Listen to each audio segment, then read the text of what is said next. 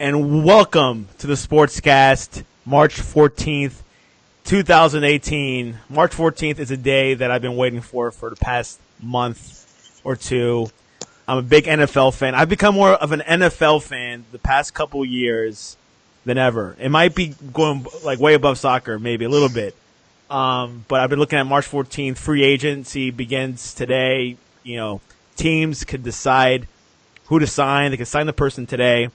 And the best person to talk about free agency is a good friend of mine, Jeff Fawver. I knew him since Liberty University, since I graduated. This guy is a sports genius. Jeff, welcome to the Sportscast. Hey, thanks, man. I appreciate you having me on. Genius is very, that's very kind of you. It's like the quality of content. Yeah. Nate Burleson, man, that's my guy.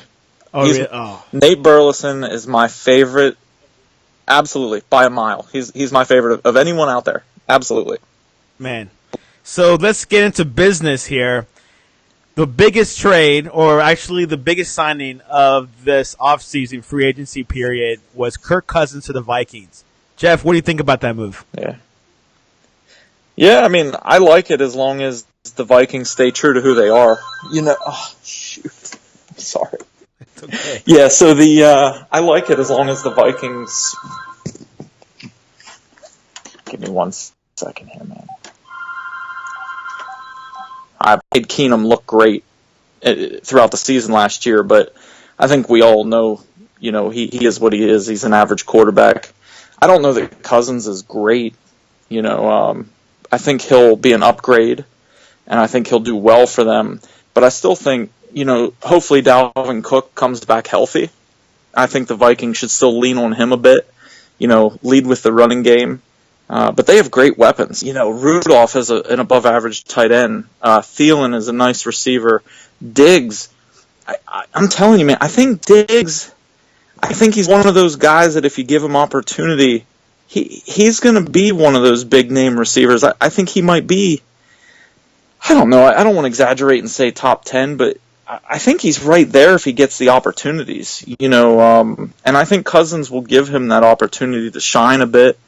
And we all know, man, the Vikings defense, they'll hit you from every angle. They're fast, they're athletic, and they just, they really come at you, especially in Minnesota. They're tough. So I like the Cousins move for them. In free agency, it seems like everybody overpays for everyone, and they probably did overpay a little bit to make sure they got Cousins. But at the end of the day, if you have a 2 or 3 year window to try to win a Super Bowl and you think that he can be that guy, you have to go for it. I like it for the Vikings.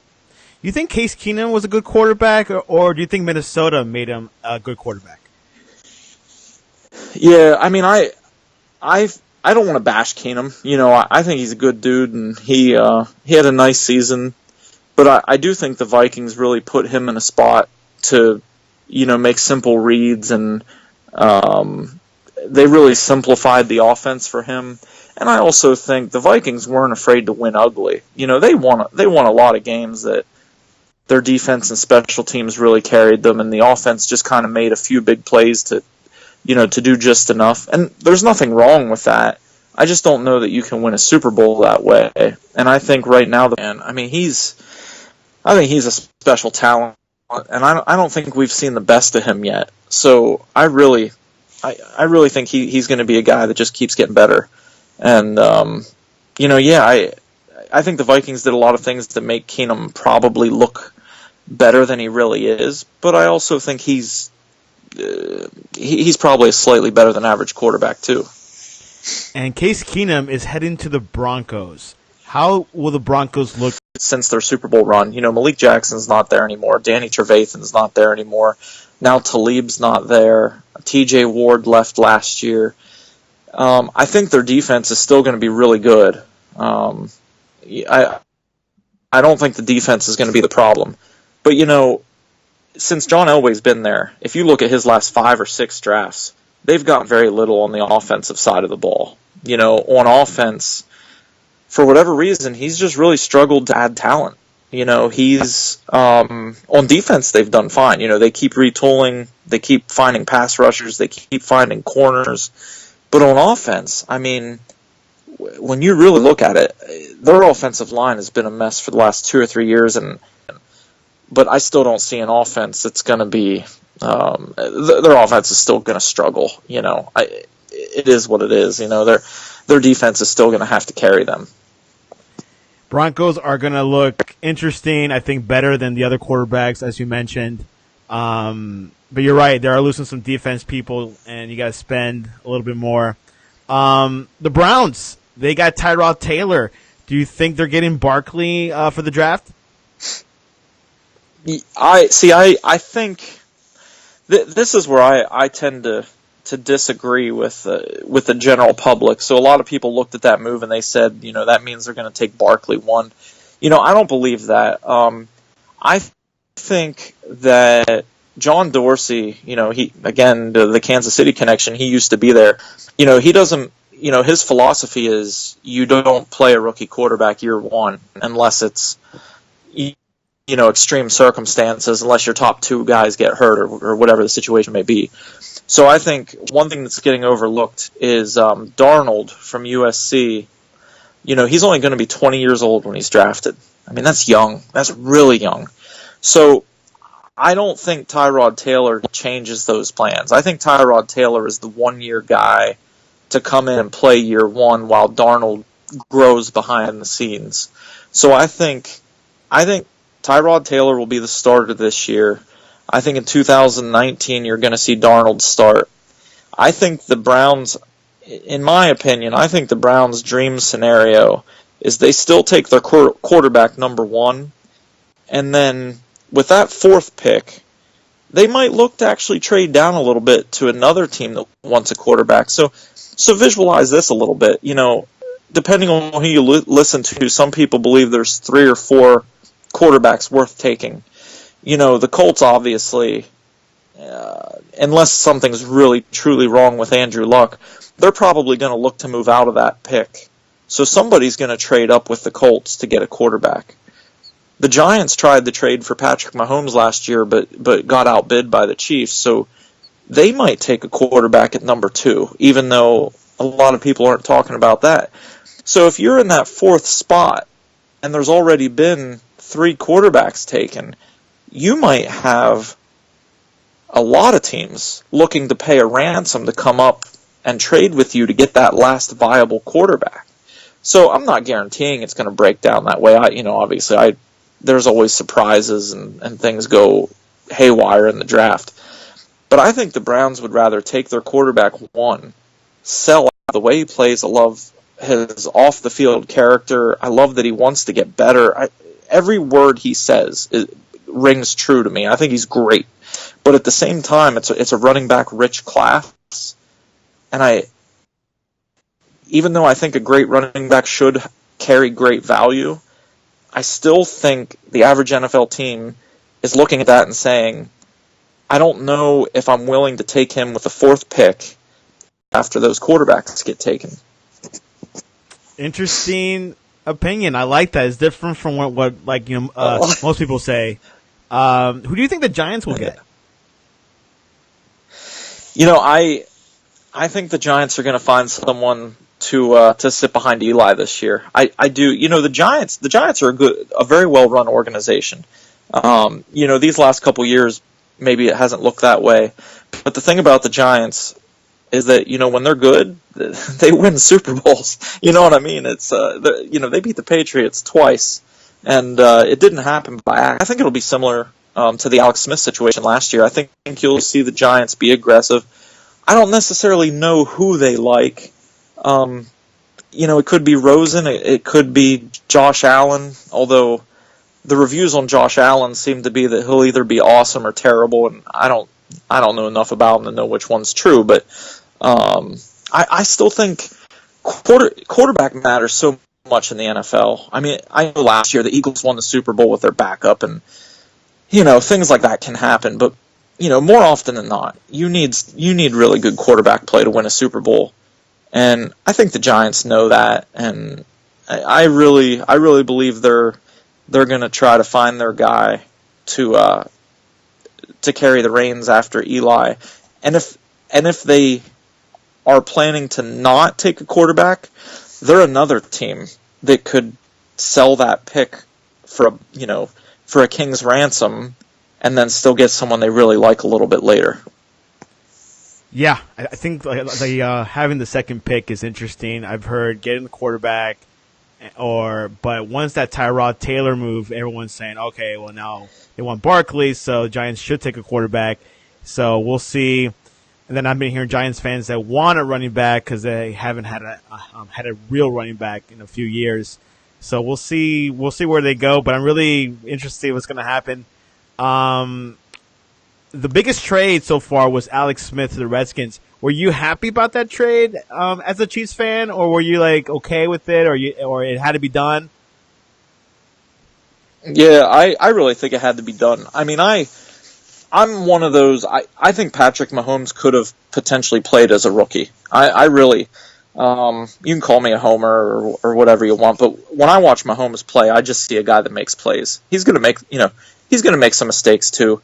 I think the trade was more about, it's the Seahawks model. The Seahawks won a Super Bowl because they had Russell Wilson on a rookie quarterback contract, and then they were able to just build a great defense around him. I think what the Chiefs are going to try to do in these next 3 or 4 years is they're going to try to load up and really make a run with Patrick Mahomes on his rookie contract. Alex Smith, I like Alex Smith. He's a good dude. And, I really like him, and I wanted them to win a Super Bowl with him so badly. I really did. But I think the reality of it is, if you look at the way they lost that Titans game in the playoffs, the defense definitely deserves a lot of blame, but the other side of it is this. In the first half, Alex Smith looked like Joe Montana. They scored 3 touchdowns, and he looked phenomenal. Now, I know there were some drops in the second half, too. I'm not saying it was all Alex Smith. But in that fourth quarter, there were 2 or 3 drives where guys were open. There were plays to be made. And he just didn't make the plays, and I don't, like I said, I like Alex Smith. I wish he would have got it done. But I think he's a quarterback that will, when he went to Kansas City, they were terrible. He will help a bad team or an average team become a good team. They won the division 2 years in a row. He can get you there. He'll help your team. But I don't think you can win a Super Bowl with Alex Smith unless it's a really, unless you have the 2000 Ravens defense and you get some big-time breaks on special teams and just everything bounces your way. I just don't think you win a Super Bowl with Alex Smith. He wasn't a playoff quarterback either. Well, and that's the hard part because, when they lost to the Colts 44-42 or whatever it was a couple years ago, or 45-44, I guess it was, he played great in that game. One of his receivers stopped running, or the Chiefs probably win that game, And in the first half of the Titans game, he was brilliant. But in the second half, he fell apart a little bit. And that's always been the story with him. His highs are high, his lows are low. Everybody likes him because he doesn't throw a lot of interceptions. But the other side of that is, when you leave too many plays on the field and you punt a lot, I'm not saying punting is not as bad as an interception, but if you do it too many times because you're leaving plays on the field, you don't win a lot of games that way. Not in the playoffs, anyway. Big piece of news today. Jordy Nelson was cut by the Packers. Where should he go? Oh, man. That's an open one. Jordy, I think he might be a guy that just tries to have a good year or two before he retires. He doesn't want to go out the way he has with having all the injuries. I would think he'd have to go somewhere that has someone really dynamic on the outset. Maybe the Patriots.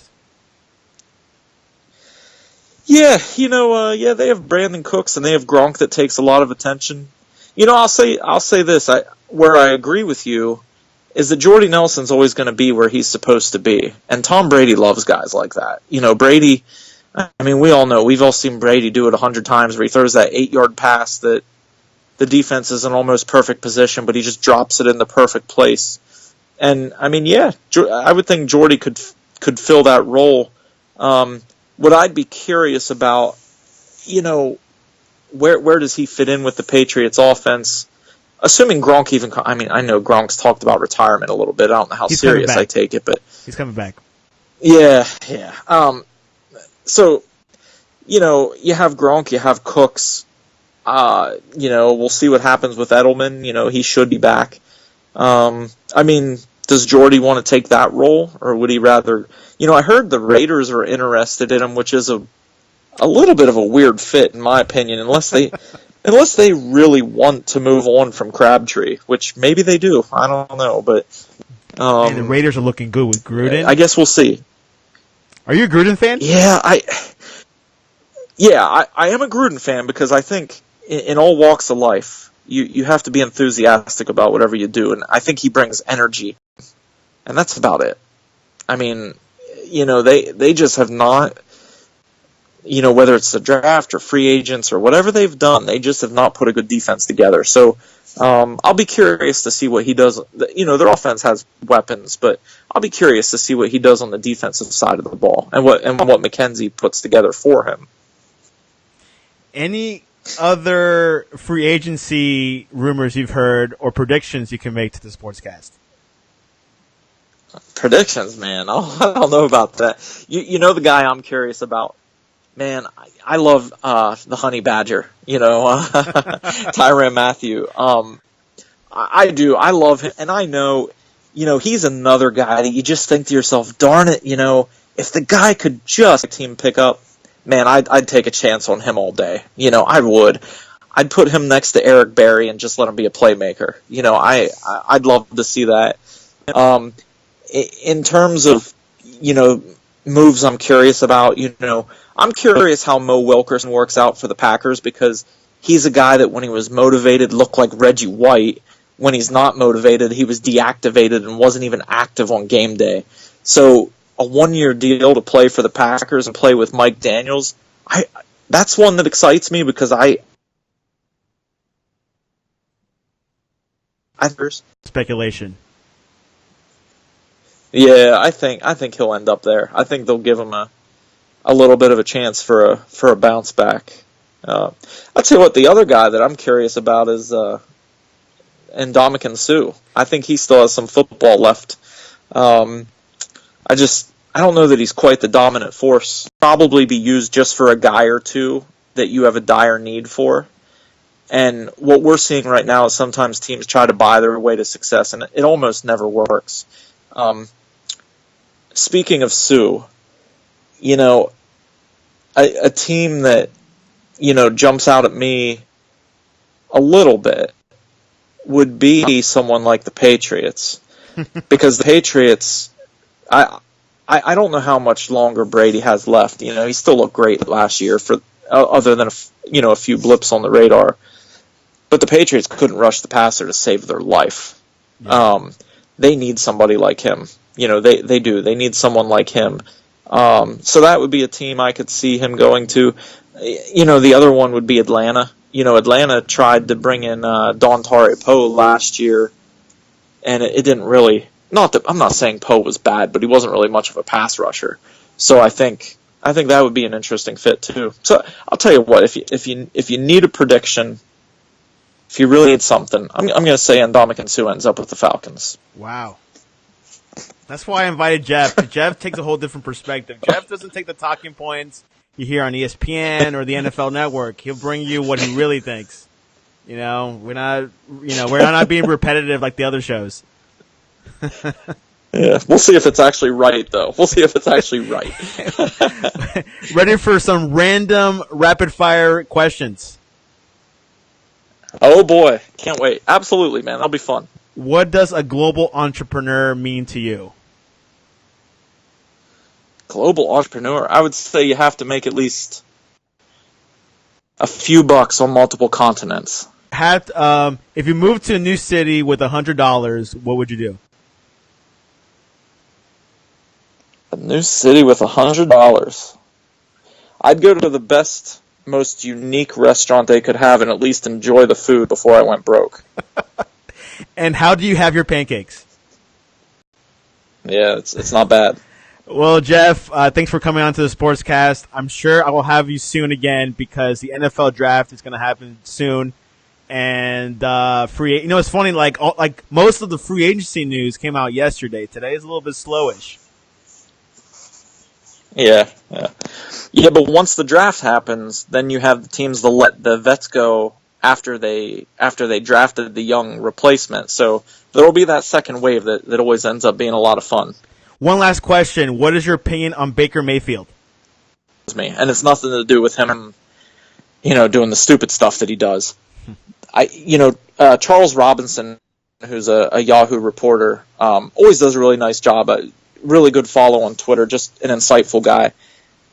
Baker Mayfield, instead of throwing guys open, a lot of times he waits till the guy comes open to throw. So he's not, they call that a lack of anticipation, I'm not saying he can't fix it, because I think he's a playmaker. I like that about him.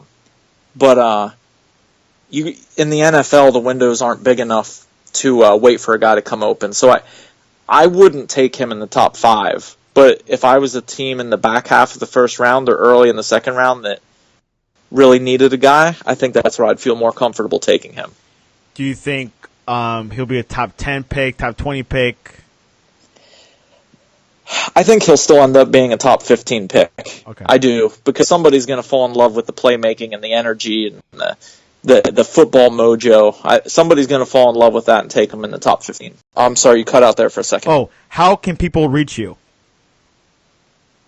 I'd say the best way, if you're interested in football, most of my Twitter account is almost nothing but football, and that's just at JT Fawver on Twitter. That's probably the best way. Email me at jtfawver@hotmail.com. I talk a lot of football. Love hearing other people's opinions as well. And fair warning, if you follow me on Twitter, it's going to be a lot of Chiefs stuff, a lot of barbecue stuff, and in the summertime, kayak trips and fishing. So be ready. One thing about the Chiefs that I love is your tight end. Love that guy. Travis Kelce. Amazing. Travis Kelce. Yeah, he's dynamic, man. He's a tough cover, and now with Tyreek Hill and Sammy Watkins on the outside, it's going to be tough to slow Kelce down. That's for sure. That's right. Watkins signed with the Chiefs.